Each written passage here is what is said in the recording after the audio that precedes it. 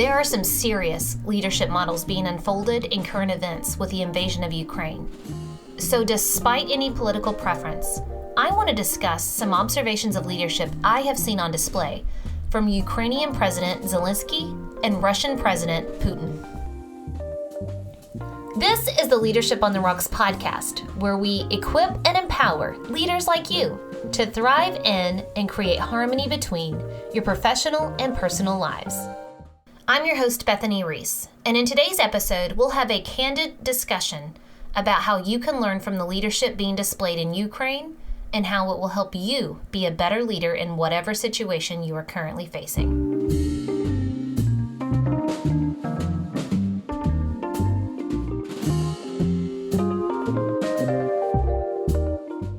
I have to be honest here. I did not intend to talk about the subject we will in fact be discussing on today's podcast. I actually had a completely different topic scheduled to talk about, dissect, and learn from. Yet over the past week, seeing the events, the leadership, and the lack of leadership around what is happening in Ukraine, I feel compelled to talk about the current leadership on display. Now, but first, let me start by saying that I am not a political person. Do I vote? Absolutely. Do I research the people and things before I vote? Again, absolutely. I have voted Republican, Democrat, Independent, Libertarian. Again, I'm not a political person and I do not vote party lines because I see through the fallacies, the scare tactics, and the psychographic marketing tools politicians use to gain voters. So now quickly, I must insert an educational FYI here. Psychographic marketing is the studying of consumers, or voters in this case, based upon psychological characteristics and traits such as values, desires, goals, interests, or even lifestyle choices. Marketing and the use of fallacies. Now, fallacies are flawed and invalid arguments. So the marketing and use of fallacies are then created to appeal to our ethics, our emotions, and our logic.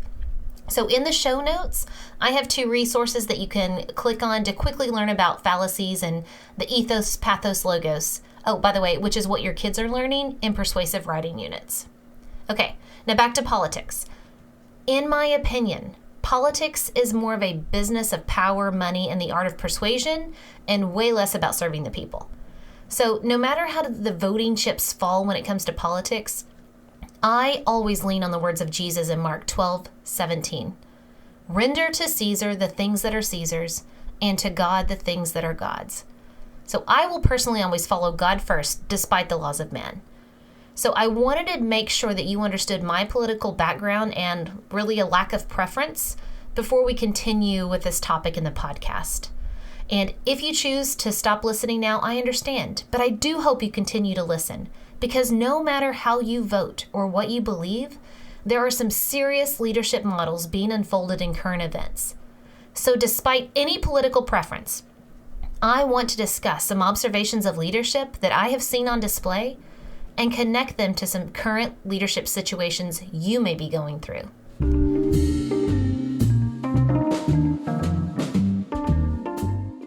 So let's talk about leadership. Specifically, leadership on display in the war on Ukraine, or the crisis in Ukraine, or the yet-to-be-named event in Ukraine. History is happening and unfolding as we speak.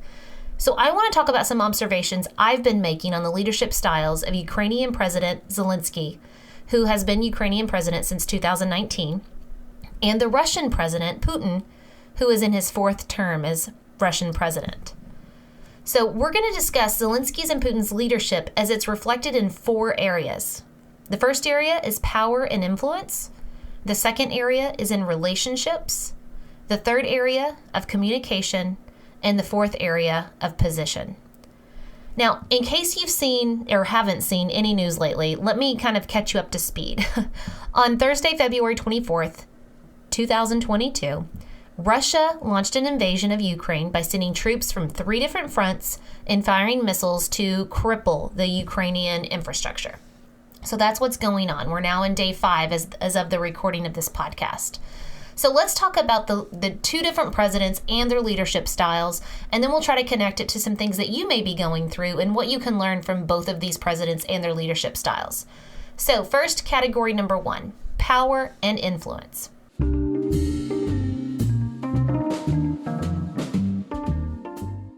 Power and influence.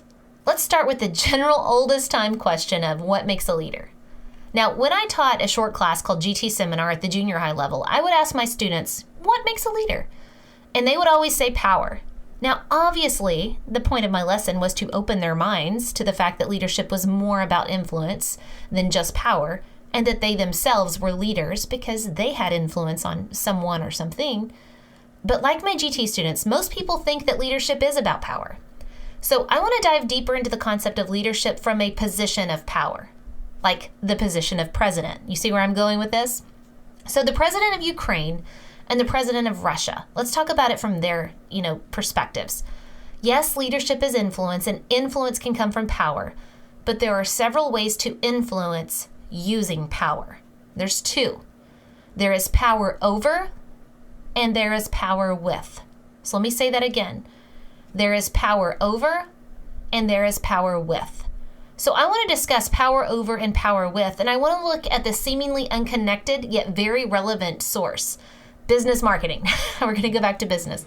Now, remember how I mentioned about how politicians are using marketing to influence voters?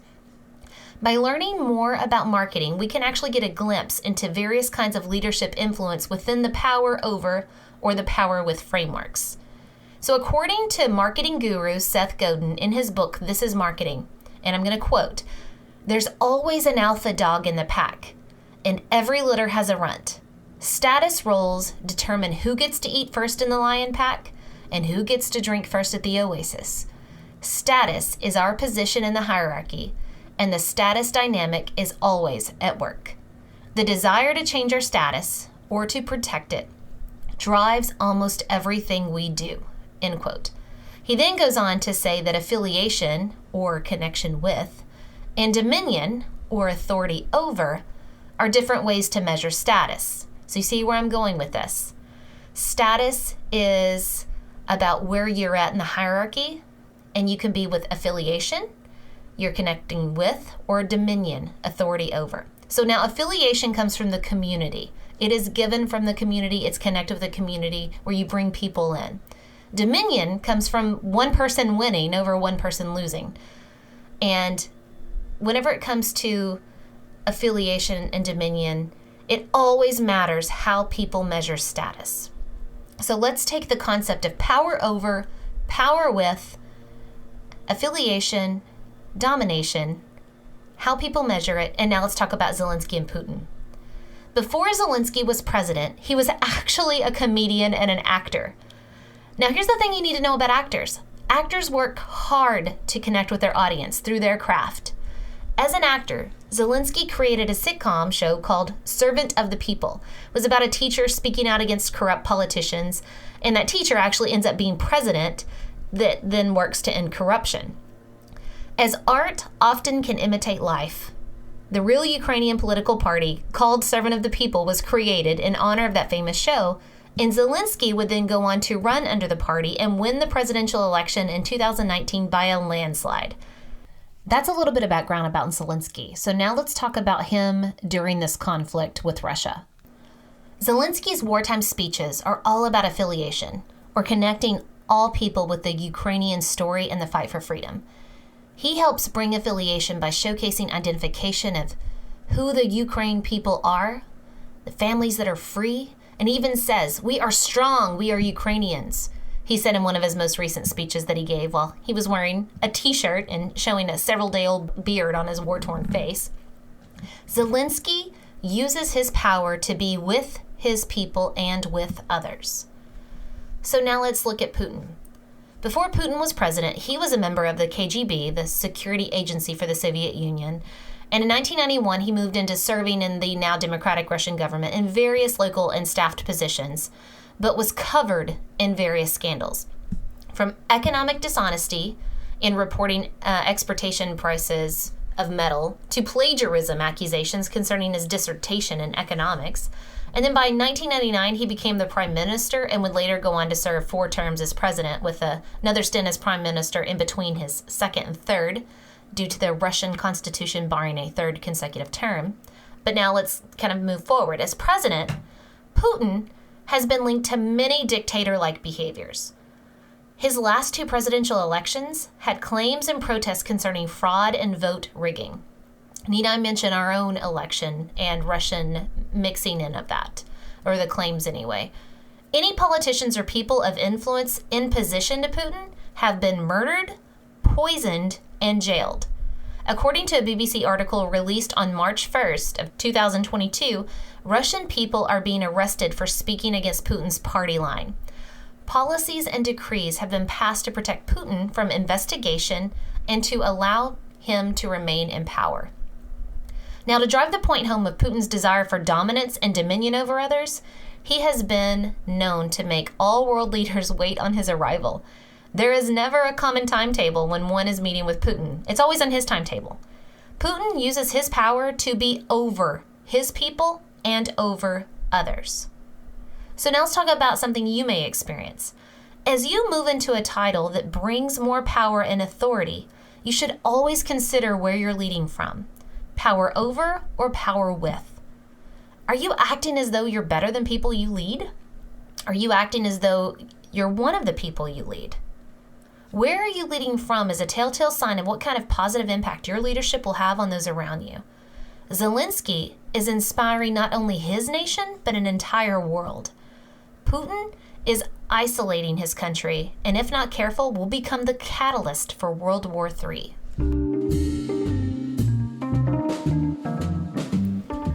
Now let's look at area number 2 of leadership on display, relationship.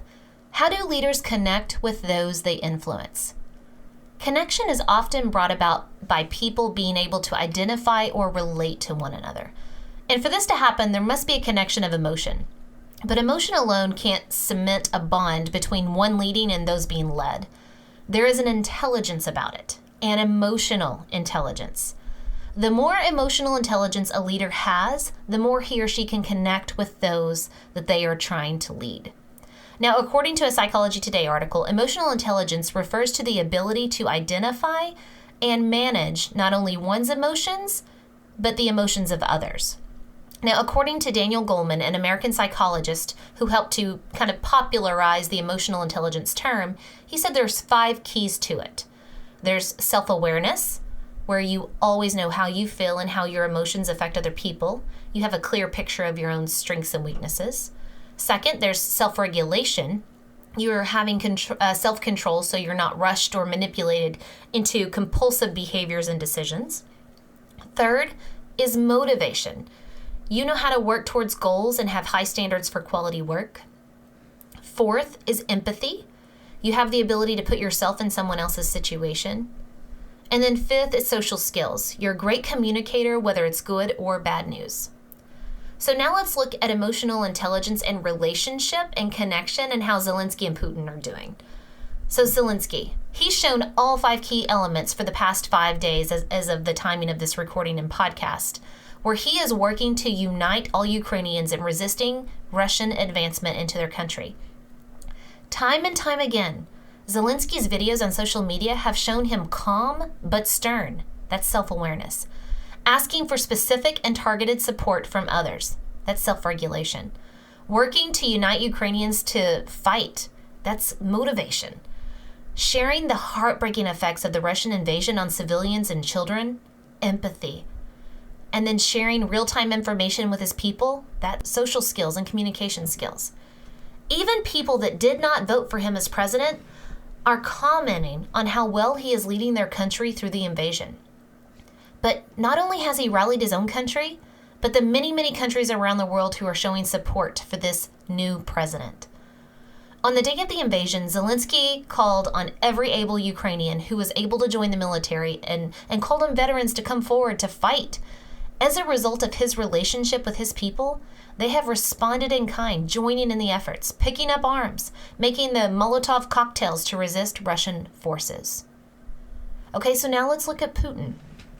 Putin has never given the world a reason to believe that he cares about anyone but himself. He changes policy to protect and promote his own power. He controls the media and lies to people about his intentions. He makes people, even his closest advisors, sit far away from him. He makes foreign dignitaries wait hours to meet with them, and he passes out threats to those that oppose him. As he invades Ukraine, he warns everyone by saying, and I quote, "Whoever tries to interfere with us, and even more so to create threats for our country, our people should know that Russia's response will be immediate and will lead you to such consequences that you have never experienced in your history," end quote. Now, while I'm not a relationship expert here, I do believe that selfishness, closed body language, lies, and threats do not build relationships with others, whether it's a close advisor, a constituent, or another country. As a result of Putin's lack of emotional intelligence, not only the world, but his own people are stepping up to protest his invasion and his leadership. Now, let's talk about you. You're not facing an invasion. At least, it doesn't sound like a typical situation a leader would be in. But it doesn't matter the situation you have, you're still going to come into conflict. So there's a famous quote in education about teaching specifically that I'd like to share with you. It says, "People don't care what you know until they know you care." So now looking in your own leadership position and connecting with those you lead, do they know you care about them? Are people under your leadership feeling connected to you, to each other, and to the common goal that you're trying to rally them to? In other words, are you uniting the people that you lead, or are you dividing the people that you lead?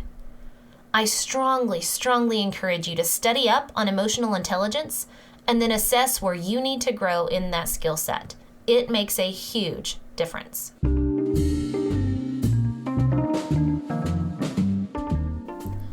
A third leadership skill on display with the war in Ukraine is communication. How each leader is speaking and communicating not only with their people, but with the world. So let's take a look at Zelensky in Ukraine. In times of war, communication is usually the first thing to go. But Zelensky, it's the first thing he established, and it was directly to the people. Everyday people like you and me via short videos and social media. Zelensky is using the power of social media to not only communicate with his people, but to allow his people to speak freely. He is producing these short videos that show him alive and standing his ground in the capital city of Kyiv. His self-shot videos are also communicating a rally cry to Ukrainians to stay with him and fight. He speaks in plain, simple language for everyone to clearly understand the message. Ukraine will stand up to Russia and will fight for freedom. As he says in one of his videos, "This is our land, our country, our children, and we will defend all of this." Not only does Zelensky post videos for inspiration, but real-time updates for information. He posts on Twitter, talks about having talks with President Biden, and he requests support via social media as well. His people see what he's talking about, and he's even being very specific of, we need this stuff to be accelerated. Let's stop talking and start making things happen. Now, he even allows the people under him to speak freely. On February 26, Ukraine's vice prime minister posted a request on Twitter for Elon Musk to provide Starlink stations to Ukraine. Now, Elon Musk responded by activating internet service and sending more terminals so the Ukrainian people can communicate and stay connected to each other and to the outside world. Now let's turn back to Putin in Russia. Russia's television, which is mostly state-controlled, tells the Russian citizens only Kremlin's lines. Facebook, YouTube, and TikTok are now restricting access to Russia's state-controlled media outlets because they're using it to spread misinformation and propaganda. Does this remind you of anything? Maybe World War II, maybe Germany, Nazi Germany? The lack of freedom of speech and opposition is keeping Putin isolated and cut off from others and any opposing opinions. So as he speaks, he's not speaking truth based on evidence, and there is no counter-argument. Now, before Russia invaded Ukraine, just minutes before, Putin goes on to make a speech, and this is what he says, and I quote, "There's a special military operation," later on he says, "to protect people who have been subjected to abuse and genocide by the Kyiv regime for 8 years," end quote. Not only is Putin keeping information from the Russian people, but one of his main reasons for invading Ukraine is based on claims of which there is no evidence. He is accusing the Ukraine of committing genocide and called its government a Nazi regime. Putin is spreading false information and not being fully honest with his people. Now, on a side note, Zelensky is Jewish. The groups Nazis wanted to wipe from the earth. Russia has shut down their stock markets.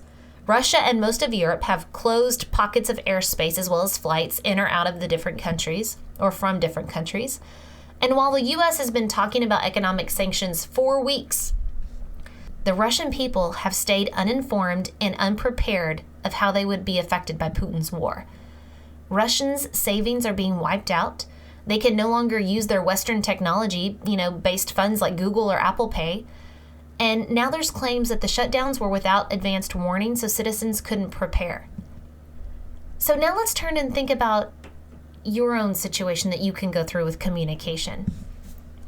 It is so important to be a good communicator as a leader. What do your people need to know? How are they feeling? How can you connect to what they're feeling so that you can address what they're feeling? How can you spread truthful information, even if the information starts with the truth as I know it now, or the truth as I know it now and it's subject to change? Be honest with your people. And another thing you need to remember is that communication is more about listening than speaking. Now, why do you think that is? Because if you have listened well, then you better know how to engage in dialogue or communication that is meaningful to the people that you're speaking to.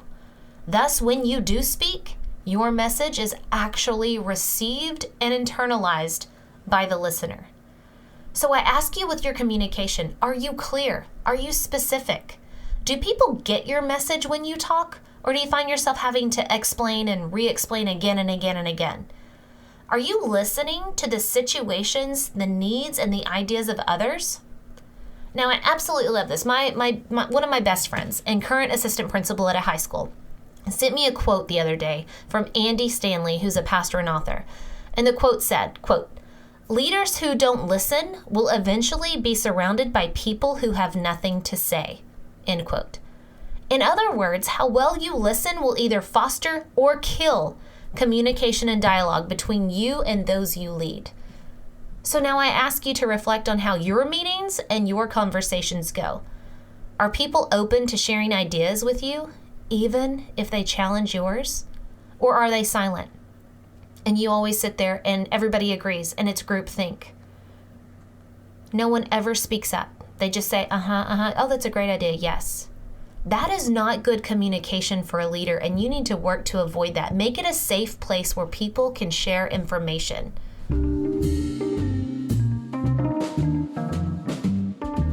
The fourth, and I'm sure not the last thing that we can learn from leadership based upon the current situation in Ukraine is the thought of position in leadership. Where you fight from is just as important as what you fight for or against. Now let me say that again. Where you fight from is just as important as what you fight for or against. So where are you physically as a leader? Are you visible and engaged with those that you lead? Let's take a look at Zelensky. Now, when this whole thing first started, the U.S. offered to transport Zelensky to safety when the invasion started, right? His response to the U.S. was, quote, "The fight is here. I need ammunition, not a ride," end quote. Zelensky made it clear where he was going to fight from, the heart of Ukraine and the actual target of the invasion. He was staying. Zelensky is fighting from a place motivated by freedom and independence for his people. Zelensky is fighting for freedom from the front lines as he stayed in the capital city and is visibly seen and heard from, via social media. Zelensky's in the streets. He's wearing a t-shirt and growing a beard. He is clear about where he's fighting from, the capital city that is being directly attacked, and he is clear what he is fighting for, Ukraine's right to exist as its own free country. And he's clear about what he's fighting against, an unprovoked Russian invasion by Putin. So now let's take a look at Putin. What's his position? Putin is fighting from a place motivated by status and a desire for more power. So what's he fighting for? His goals seem to be rebuilding the Soviet Union and establishing himself as dictator. Now, yes, I'm taking some liberty there, but just kind of watch his path over the past several decades, and that's kind of looks like that's where he's heading. Now, any video or images that have surfaced of Putin shows him sitting far, far away from everyone, even his closest advisors. The policies passed serve him. The effects of this war do not seem to be affecting him personally. His reason for invading Ukraine are unprovoked, and his Russian citizens are experiencing terrible economic hardships and are being isolated from the rest of the world because of it. Now, what is he fighting against? The West. The West's concepts of freedom and democracy. That is why the state-run media shows only his propaganda and cracks down harshly on protests or lifestyles that oppose him. That's his position. So now let's transition to you. You're a busy leader. Everyone knows that you're busy, but you have to be present with the people you lead. You have to know them and their experiences. You have to know where they are fighting from, in the trenches of their work, and what they're fighting for and against. And you need to be there with them. I'm going to give you 2 specific examples just from the pandemic. Administrators and district staff in school districts. Have you been in the classroom to know what it's like for teachers and students of this pandemic? If not, you better get there. Hospital administrators. Have you pulled double shifts for days upon days upon days upon days like your healthcare workers have? If not, you better get there. If you take the Wizard of Oz approach to leadership and stay behind a curtain, or in your case, behind a door, behind a desk, or behind the emails you send, then you will quickly lose influence on those you are leading. Just like the Wizard of Oz, you will become a fake facade of leadership with your people, and while you may throw smoke and scare tactics at them, they will eventually pull back the curtain on your lack of leadership. And it's all because of the position you took. But don't worry, there's hope. So here's a tip on how to get started with the position. You must fight for your calendar and your schedule. Make time to be with those that you lead. Build relationships. Have conversations. Communicate. Put in the work and be present. You need to know where you're fighting from is just as important as what you're fighting for and what you're fighting against.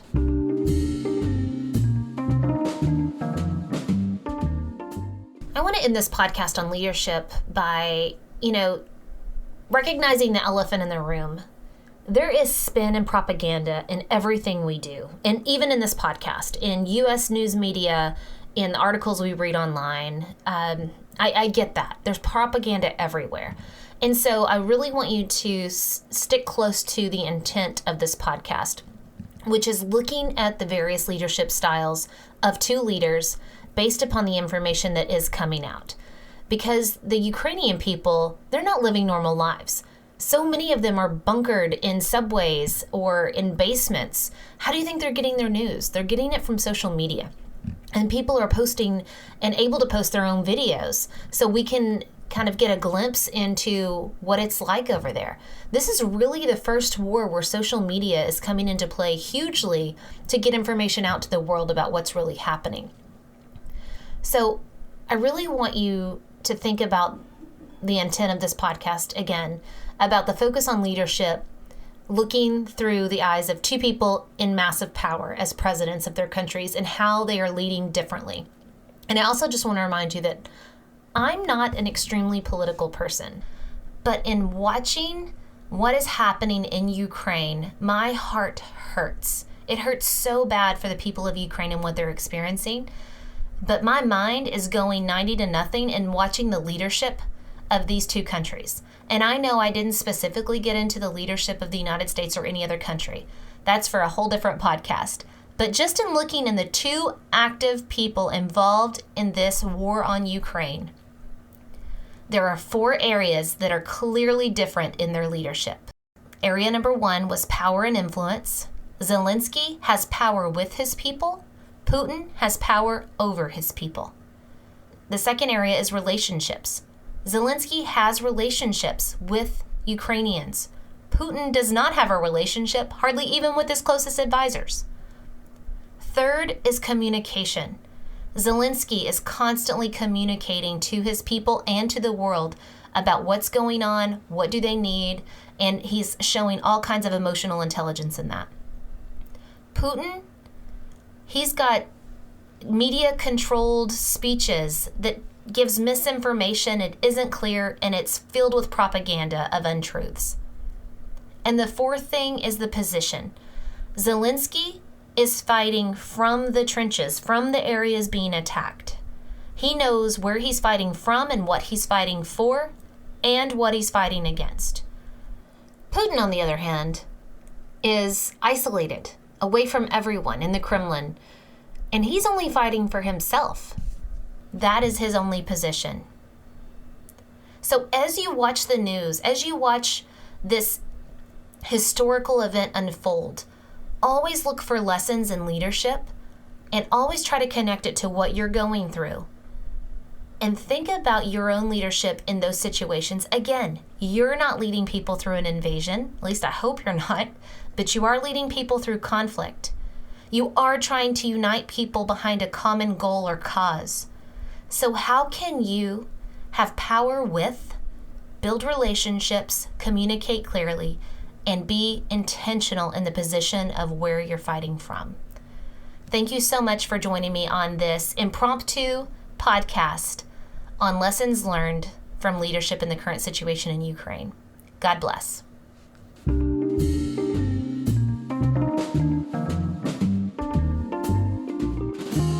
Hey, it's Bethany again. If you're enjoying the Leadership on the Rocks podcast, be sure to subscribe so you don't miss a single episode.